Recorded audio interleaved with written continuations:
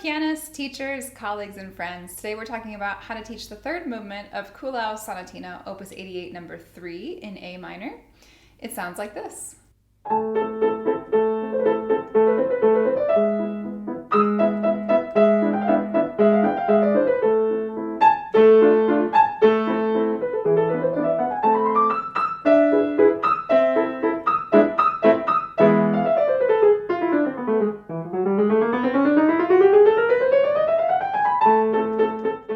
If we haven't met before, my name is Jana Williamson, and welcome to my home piano studio in the suburbs of Chicago.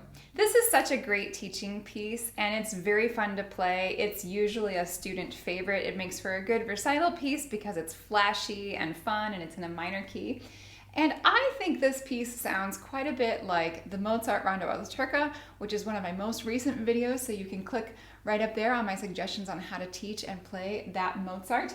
But this left hand starts in exactly the same place as the Rondo alla turca, and the presence of the grace notes and the turning around A minor patterns, it really sounds like that Mozart to me.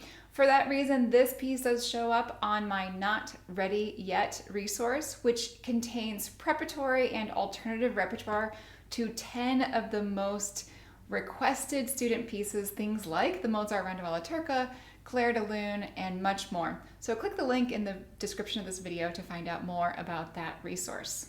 I've had several questions over the last few months on the YouTube channel about what are the best ways to practice pieces at the piano. To that end, I think this intermediate piece is a great one for talking about practice techniques.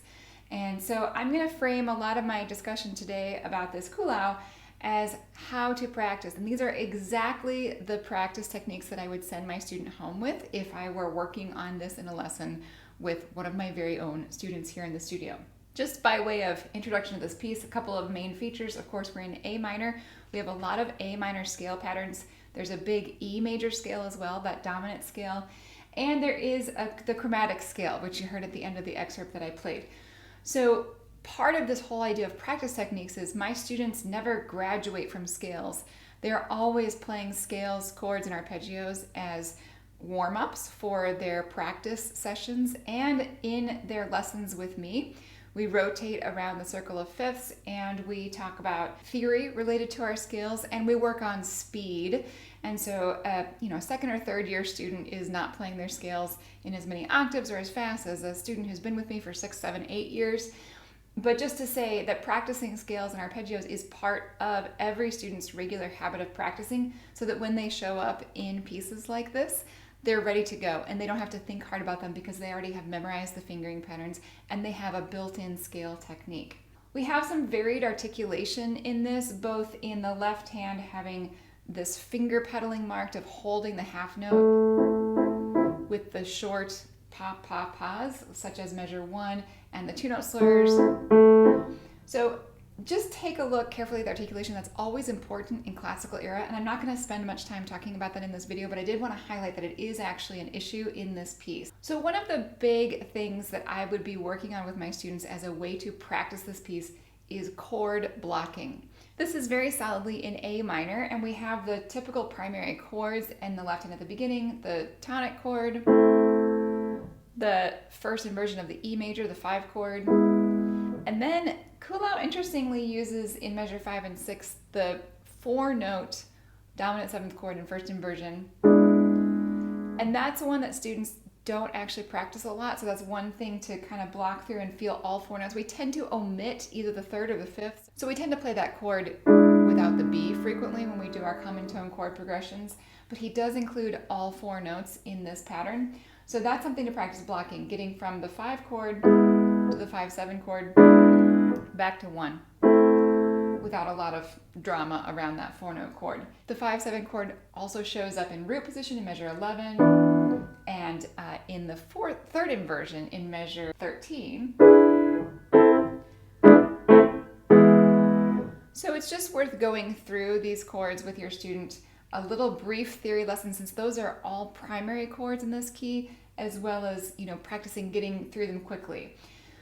Any piece that has any broken chord pattern, whether it's a waltz bass or a Alberti bass or a simple broken chord, any piece piece like that, you are always going to benefit from blocking through the chords. Can you play measures 1 through 8 like this?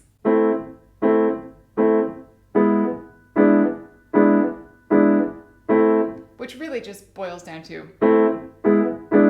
it's just 4 chords with some repetitions in there. Now we get some more interesting chords down in measure 24 and on from there, and that's where the blocking becomes even more important because you need to feel the shapes of how your left hand is moving. So in measure 24, we start with A minor, and then go to the E first inversion, and then we get this half step motion, somewhat half step, and then we finally land again on A minor. That is definitely something I would address in the first lesson with a student, would be to work through those. We can even talk about what they are from the standpoint of just what's the chord, the pop chord symbol, the chord name, like D major in measure 26 on the downbeat versus D minor, both in first inversion. That I would not be spending a lot of time doing Roman numeral or functional analysis with my student. We would be more talking about, is it a first inversion chord? What's the root of the chord? And then just having them physically, for muscle memory, plan that movement about how we get in and out of the sharps and how far are you moving and all that. And then drilling that until it feels very, very comfortable. The right hand is also moving there, so that's something you just want your left hand to have on autopilot, like it just really knows what to do. Similar to chord blocking, one of the tricky spots in this piece is the middle section at measure 39. The left hand, if you try to read it as individual notes, can be overwhelming because there's seemingly very little pattern, but there actually is a pattern.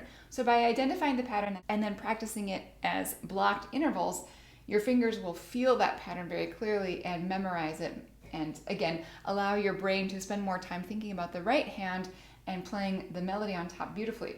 So the pattern here, starting in measure 39, is that it's a third and then a sixth, and then contract back to a third, a step lower, sixth, third, sixth, third. It breaks it right here with a tritone, and then it continues in that way, tritone, third, tritone, third, tritone, and then pattern breaks. So even if the pattern breaks a couple of times and does something different, by even just blocking and identifying the times where it is following the pattern, you're already giving your brain something to process and hang on to instead of reading individual notes, which is much, much more cumbersome and not what I would ever want. When I'm starting beginning students, young children who have never had any musical instruction whatsoever, one of the very first things we do is talk about patterns, that on the piano, it's 2 black keys and 3 black keys, and we learn all of their beginning repertoire by identifying, hearing, seeing patterns on the piano and in their first reading experiences. And the same is true with intermediate repertoire and advanced. I have to look for patterns when I'm learning a new piece because my brain can't possibly process 100 individual notes within the span of a few lines. So blocking that, and then there is also a pattern at 47 as well. Fifth, fifth, down a step, fifth, fifth. And just finding out that that first note in measure 48 and the last note in 48 are the same note. First note in 49, last note in 49 are the same note, etc. And you get used to those patterns. You can block those fifths as well. The right hand also follows a pattern in sequence, starting at 47. Down a step, down a step.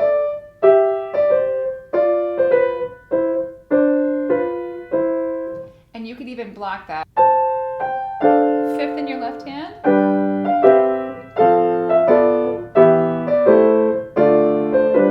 And then we change the pattern here, and this requires a little extra practice. I know from teaching this piece many times that this is a stumbling block for students. It takes more effort to identify and analyze the patterns and think a little bit with your brain instead of just thinking note, note, note, note, note, but it ultimately pays off quite a bit. This part is also a little harder to memorize because it's contrapuntal and it's moving around and it's not doing the simple stuff that we have at the beginning in the A section. Plus, this is the only time in the piece that we have this, and much like the Rondo, alla, turca, which I mentioned before, this A section repeats many times in the piece, and so it's going to automatically be memorable. Students always like to start at the beginning So one other practice suggestion is don't always start at the beginning. I would frequently assign for a student, start in measure 39 and work on that section, then work on the section at 55, those middle parts which naturally get less practice if you just play through the piece. All right, still in the vein of chord blocking, let's talk about the part at measure 55. I'm looking at this today in J. McGraw's Masterwork Classics, Book 6, and I do strongly recommend this edition. She recommends a redistribution of the first note of every right hand pattern starting in the middle of measure 55. So instead of playing all of those 16th notes with your right hand, you're going to pick up the first 16th note of each group in your left hand. Left, left, left. What that means then is that your right hand is just playing inverted triads instead of the broken 4-note chords. And the broken 4-note chords are quite difficult to navigate around. You have to use, if you're going to do it that way, then you have to use a lot of wrist circles to get around and not try to hold a locked, extended position in your hand. For students who've never experienced redistribution or have only done a very minimal amount of it, I always just write in those right hand notes in the left hand part so that they're not confused about what I'm talking about, because it's a little bit of a thing to even think, wait, I'm going to play a note that's printed up in the right hand part in my left hand. So the left hand pattern becomes 6th, 3rd, 6th, 3rd, 6th. And that pattern is very easy to play. You just walk along the keys. I can do it easily with my eyes closed. So memorizing that and then adding the right hand chords to it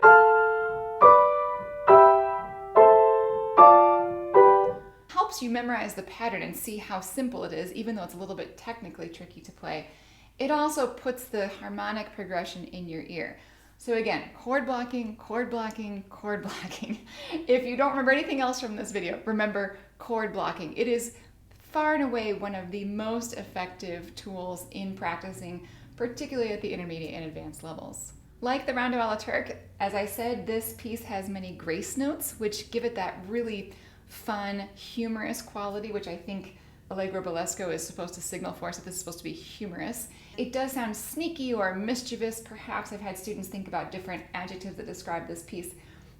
When first playing a piece with grace notes, I usually suggest to my students they play without, because the principal note, not the grace note, the principal note is the melody or is the important note, and the grace note is simply an ornament or a decoration. And so for this one, you could certainly practice